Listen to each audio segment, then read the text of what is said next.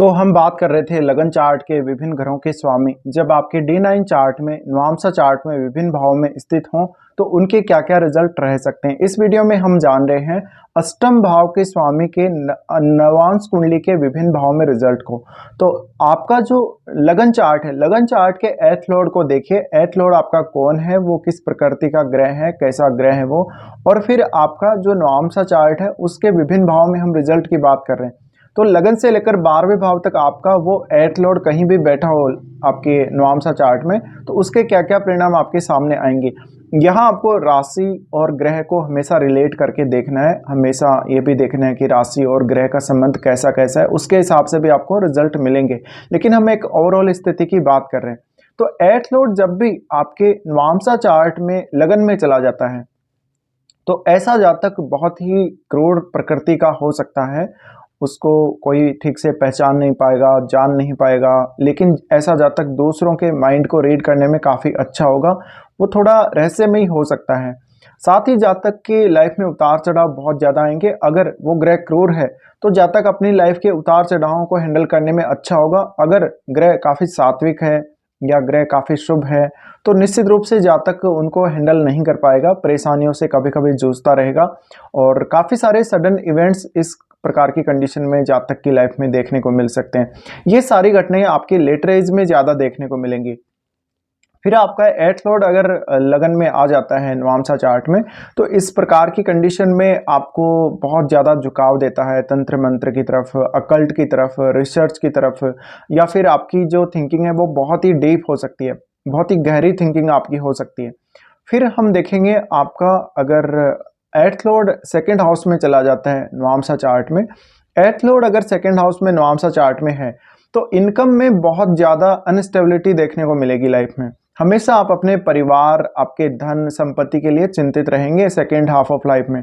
इसके अलावा जातक विशेष रूप से कभी कभी 35 या 36 की एज के बाद एक बहुत ही सडन परिवर्तन देखता है अपनी ओवरऑल लाइफ में। वो इकोनॉमिक रूप से भी एक बड़ा परिवर्तन देखेगा 35 साल के बाद। इसके अलावा ऐसा जातक अपनी फैमिली पर ज़्यादा फोकस करेगा, अपनी जो उसके पास एसेट है, जो उसके पास संपत्ति है, उस पर वो ज़्यादा फोकस करेगा और जातक अपनी फैमिली को ज़्यादा इम्पोर्टेंस देगा। हमेशा वो फैमिली के लिए चिंतित रहेगा और उसकी जो भी जिम्मेदारियां बनती हैं फैमिली के लिए वो उनको हमेशा पूरी करने की कोशिश करेगा। ऐसे जातक की वाणी का प्रभाव बहुत ज़्यादा अच्छा हो सकता है। फिर आपका एथ लॉर्ड अगर थर्ड हाउस में चला जाता है, एर्थ लॉर्ड अगर थर्ड हाउस में चला जाता है, इस केस में आपका इम्यून सिस्टम बहुत ज़्यादा स्ट्रांग हो जाएगा और आप काफ़ी ज़्यादा पावरफुल बन जाएंगे शारीरिक रूप से भी और बौद्धिक रूप से भी। और आप अपनी जो हॉबीज़ हैं, अपनी जो रुचियां हैं, उन पर ज़्यादा फोकस करेंगे। और इस केस में जातक को उतना ज़्यादा खतरा नहीं होता लाइफ में कभी भी, और जातक हर प्रकार की कंडीशन को हैंडल करने में अच्छा होगा, हर प्रकार के खतरे को हैंडल करने में अच्छा होगा। एथ लॉर्ड अगर थर्ड हाउस में जा रहा है तो निश्चित ही जातक बहुत मेहनती भी होगा और जातक के जीवन में जो भी उतार चढ़ाव आएंगे जातक उनको बहुत अच्छे से हैंडल कर लेगा। साथ ही ऐसे जातक की कभी कभी क्विकली कुछ यात्राएं हो सकती हैं।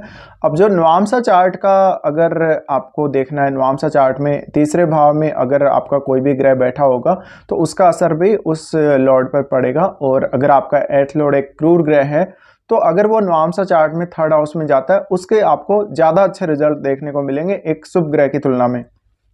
फिर एथ लॉर्ड अगर थर्ड हाउस में चला जाता है तो ये इस बात की निशानी है, आपको अगर कहीं कोई चोट लग जाती है, आपके साथ कोई दुर्घटना हो जाती है या आपको कुछ और दिक्कत आ जाती है, आपकी डेली लाइफ में कोई दिक्कत आ जाती है, उसको हैंडल करने में आप काफ़ी अच्छे होंगे। साथ ही अगर ग्रह क्रूर है तो निश्चित ही आपको कोई भी दुर्घटना या कोई भी ऐसी अनहोनी लाइफ में हो जाती है उसको आप जल्दी से हैंडल कर लेंगे। साथ ही आपको कोई चोट लग गई या कोई आपके साथ दुर्घटना हो गई तो आपकी रिकवरी बहुत जल्दी होगी। फिर ऐसे केस में कभी कभी आप धन के लिए बहुत ज़्यादा रिस्क ले लेंगे इस कंडीशन में। इसके अलावा जातक धन के लिए बहुत ज़्यादा मेहनत करेगा, प्रयास करेगा और इवन वो दूसरों से भी सहायता प्राप्त कर लेगा। फिर हम देखेंगे आपका लगन चार्ट का एथ लॉर्ड आपके नवांशा चार्ट के अगर फोर्थ हाउस में चला जाता है, इस केस में आपको शादी के बाद ससुराल पक्ष का अच्छा सपोर्ट मिलने की संभावना है। साथ ही जातक को कुछ छुपे हुए धन स्रोतों के मिलने की संभावना है, या जातक अपना इन्वेस्टमेंट करके बहुत ज़्यादा पैसा अर्न करेगा। जातक की लाइफ में हालांकि फिर भी संतुष्टि नहीं रहेगी, लग्जरी को लेके, धन को लेके, पारिवारिक स्थिति को लेके हमेशा उतार चढ़ाव आते रहेंगे। फिर जातक थोड़ा मेंटली भी डिस्टर्ब होगा। थोड़ा सा भी अगर जातक की लाइफ में उतार चढ़ाव आता है तो उससे वो बहुत ज़्यादा चिंतित हो जाएगा। फिर ये स्थिति आपकी माताजी के स्वास्थ्य पर डायरेक्टली इम्पेक्ट करेगी। अगर ग्रह क्रूर हुआ तो माताजी का स्वास्थ्य कुछ हद तक खराब रह सकता है, और माताजी का बिहेव आपके साथ अच्छा ना रहे, या आपके जीवन साथी के साथ आपके माताजी का बिहेव अच्छा ना रहे, ये सब देखने को मिल सकते हैं। फिर आपका 8th लॉर्ड अगर 4th हाउस में जा रहा है तो काफ़ी सडन अप्स एंड डाउन्स आपकी लाइफस्टाइल में देखने को मिल सकते हैं। आपको मेंटल पीस कभी नहीं रहेगा। आपको हमेशा आगे बढ़ने, अपने कैरियर में, अपनी लाइफ में कुछ करने की चाहत हमेशा रहेगी, लेकिन उसमें रुकावटें भी बहुत सारी आती रहेंगी। फिर 8th लॉर्ड 4th में चला जाता है, इसका मतलब है आपको कुछ ऐसी मदद मिल जाएगी या कोई ऐसा खजाना मिल सकता है जिससे आपको बहुत ज़्यादा वो धनी बना सकता है बिना ज़्यादा मेहनत किए। और आपका जो लाइफ का रूटीन होगा, आपकी जो लाइफ स्टाइल होगी, कभी कभी बहुत ही ज़्यादा सेक्रेट हो सकती है। फिर हम देखेंगे अगर आपका 8th लॉर्ड आपके 5th हाउस में चला जाता है नवामसा चार्ट में, तो इसका कैसा असर होगा। 8th लॉर्ड अगर 5th हाउस में चला जाता है तो सेकेंड हाफ ऑफ लाइफ में संतान की चिंता ज़्यादा रहेगी। संतान के प्रति आपका केयरिंग नेचर थोड़ा ज़्यादा देखने को मिलेगा। आप में क्रिएटिविटी ज़्यादा होगी, आप नई चीज़ों को जल्दी सीखेंगे, लेकिन आपकी हायर लर्निंग या और किसी प्रकार की कोई आप स्टडी वगैरह करना चाहते हैं मैरिज के बाद, उसमें थोड़ी रुकावटें अवश्य देखने को मिलेंगी। फिर जातक अक्सर चिंतित रहेगा, वो धन की चिंता बहुत ज़्यादा करेगा, धन के लिए वो काफ़ी लालची हो सकता है। इवन जातक जुआ, लॉटरी, सट्टा, शेयर मार्केट, इनसे भी बहुत जल्दी जुड़ेगा शादी के बाद। फिर आपका 8th लॉर्ड अगर 5th हाउस में जा रहा है, इसका मतलब है आपको कुछ ना कुछ अकल्ट का नॉलेज सीखने का मौका मिलेगा। आपको अकल्ट का ज्ञान अच्छा होगा, भले आप एक एस्ट्रोलॉजर के रूप में आगे बढ़ सकते हैं, एक पामिस्ट के रूप में, या एक न्यूमरोलॉजिस्ट के रूप में आगे बढ़ सकते हैं। तो आपको अलग अलग प्रकार के जो मिस्टिक फील्ड के जो ब्रांचेज हैं उनमें काफ़ी इंटरेस्ट रहेगा, और आप अपने खुद के एफर्ट से, खुद की मदद से ही सीखेंगे सब। फिर जातक का पर्सनैलिटी पर भी इसका कुछ हद तक असर पड़ता है। जातक क्या योजना बना रहा है, क्या वो सोच रहा है, क्या उसका आगे प्लान है, फ्यूचर प्लान उसका क्या क्या है, उसके ऊपर भी इसका बहुत गहरा असर पड़ेगा। साथ ही कभी कभी आपको ऐसी कंडीशन आ जाएगी जहां पर आपको अपने फ्यूचर प्लान को सडनली चेंज करना पड़ सकता है। हालांकि इसमें ग्रह और राशि का बहुत बड़ा डिफरेंस आ जाएगा। फिर आपको देखना है 8th लॉर्ड अगर आपका 6th हाउस में चला जाता है, 8th लॉर्ड अगर 6th हाउस में चला जाता है नवामसा चार्ट में, तो इस केस में आपकी लाइफ में उतार चढ़ाव बहुत ज़्यादा आएंगे। वाद विवाद या कंपटीशन बहुत ज़्यादा देखने को मिलेगा। अगर ग्रह क्रूर है तो निश्चित ही आपको हेल्प करेगा सभी प्रकार की परेशानियों से निकलने के लिए। अगर ग्रह शुभ है तो आपको काफ़ी सारी दिक्कतें आएंगी। इवन हो सकता है फर्स्ट हाफ ऑफ लाइफ बहुत अच्छा गया हो, लेकिन आपका जो सेकेंड हाफ ऑफ लाइफ है वो उतना अच्छा नहीं जाएगा। फिर 8th लॉर्ड आपका अगर 6th हाउस में है तो जातक को शादी के बाद अपना वर्क प्लेस बार बार बदलना पड़ सकता है। जातक को इवन अपना जॉब बार बार चेंज करना पड़ सकता है। जातक अपने वर्क प्लेस से या अपने कलीग से संतुष्ट नहीं है, किसी बात को लेके कोई विवाद हो गया, कोई झगड़ा हो गया किसी से, या कोई कोर्ट केस या मुकदमा चल रहा है, इस प्रकार की स्थितियां हो, या जातक को कभी कभी अपनी डेली लाइफ के खर्चे पूरे करने में लोन लेना पड़ेगा, या किसी से कोई सपोर्ट लेना पड़ेगा, उधार लेना पड़ेगा जातक को। इस प्रकार की स्थितियां देखने को मिलेंगी। अगर ग्रह क्रूर हुआ तो आप निश्चित रूप से हर प्रकार की कंडीशन को हैंडल कर लेंगे। अगर ग्रह एक शुभ ग्रह है तो निश्चित ही उतार चढ़ाव आएंगे, तो ज़्यादा आप चिंतित हो जाएंगे। साथ ही स्वास्थ्य संबंधी समस्याएं ज़्यादा बढ़ने के चांसेस हैं। फिर आपका 8th लॉर्ड अगर 7th हाउस में चला जाता है नवामसा में, तो 8th लॉर्ड का 7th हाउस में जाना एक बहुत ही सेक्रेट सेक्सुअल लाइफ को दिखाता है, एक बहुत ही अपने जीवन साथी के साथ भी एक सेक्रेट रिलेशनशिप को दिखाता है। साथ ही साथ आपकी कुछ अलग चाहत हो सकती है अपने जीवन साथी के साथ, या आप कुछ बहुत ही मिस्टिक शेयर करते होंगे, बहुत ही ऐसी वार्तालाप जो काफ़ी गोपनीय होती है। 8th लॉर्ड 7th हाउस में आ रहा है तो शादी के बाद आपका जीवन साथी जो है अपनी फैमिली की मदद से आपकी काफ़ी हेल्प करेगा, और ऐसा जातक हो सकता है कि अपने ससुराल पक्ष वालों के साथ बाद में कोई बिजनेस स्टार्ट कर ले, या उनके साथ जुड़कर कोई ऐसा काम कर ले जिससे उसको फाइनेंशियली मदद मिलेगी। फिर 8th लॉर्ड अगर यहाँ अगर क्रूर ग्रह है तो निश्चित ही मैरिड लाइफ में उतार चढ़ाव अवश्य आएंगे। मैरिड लाइफ एक बहुत बड़ा आपके लिए चिंता का विषय बन जाएगा। जीवन साथी की सेहत का भी यहाँ सवाल हो सकता है।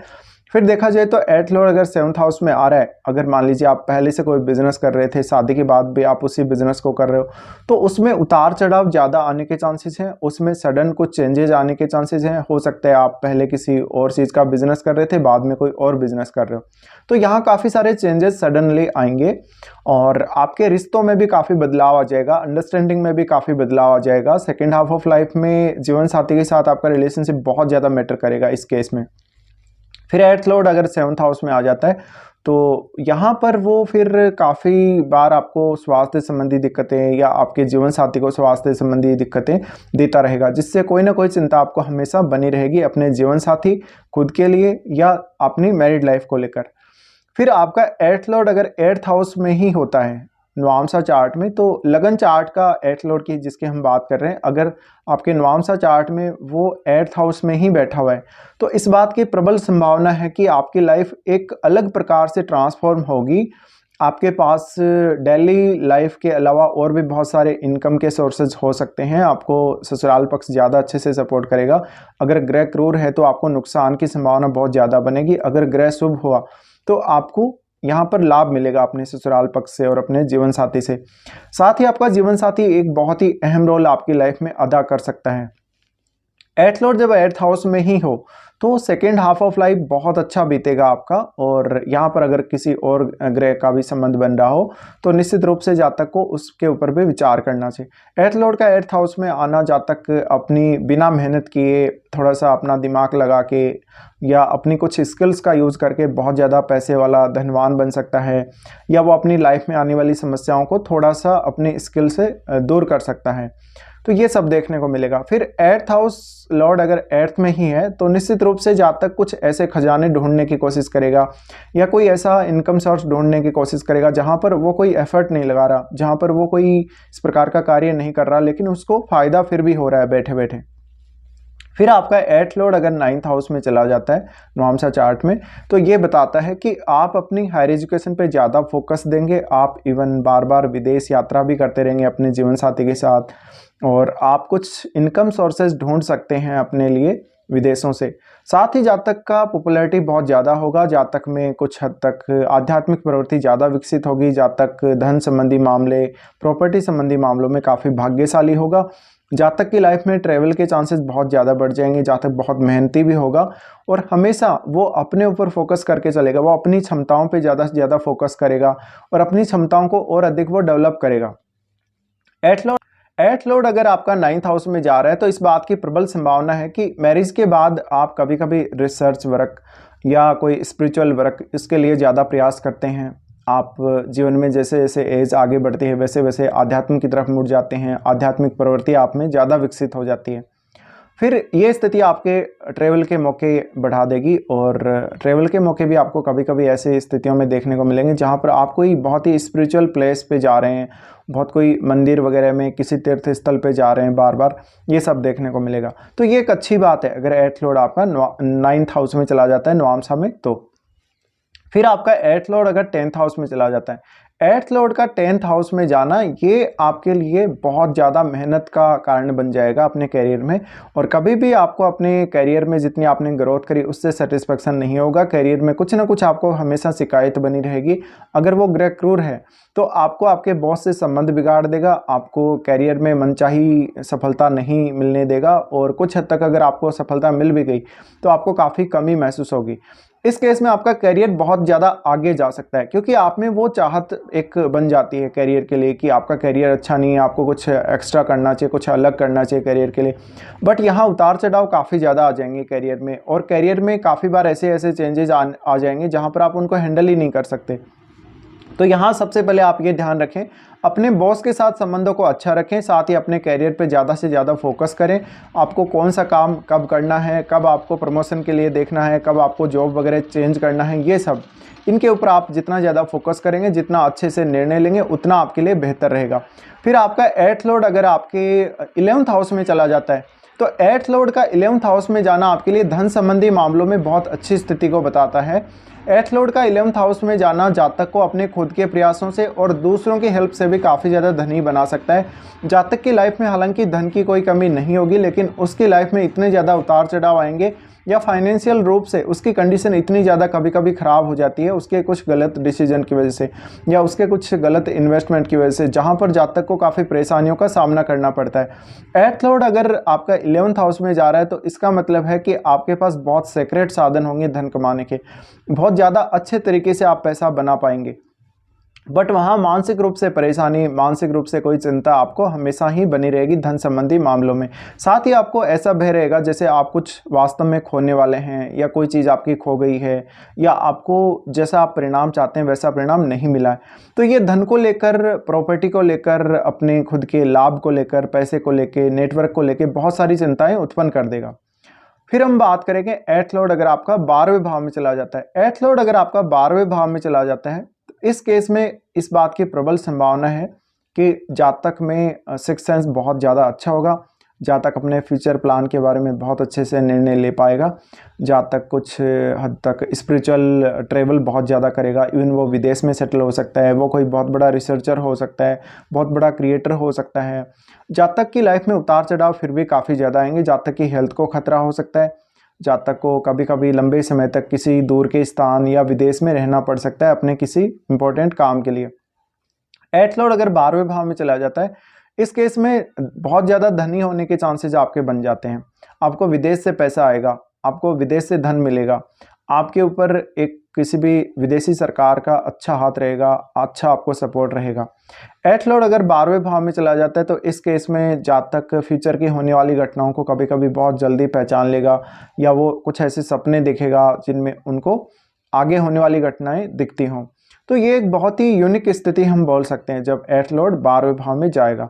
ये कुछ परिणाम है जो आपको देखने को मिल सकते हैं जब भी आपके लगन चार्ट का आपका एर्थ लॉर्ड आपके नवांशा चार्ट के विभिन्न भाव में स्थित हो। फिलहाल इस वीडियो में इतना ही।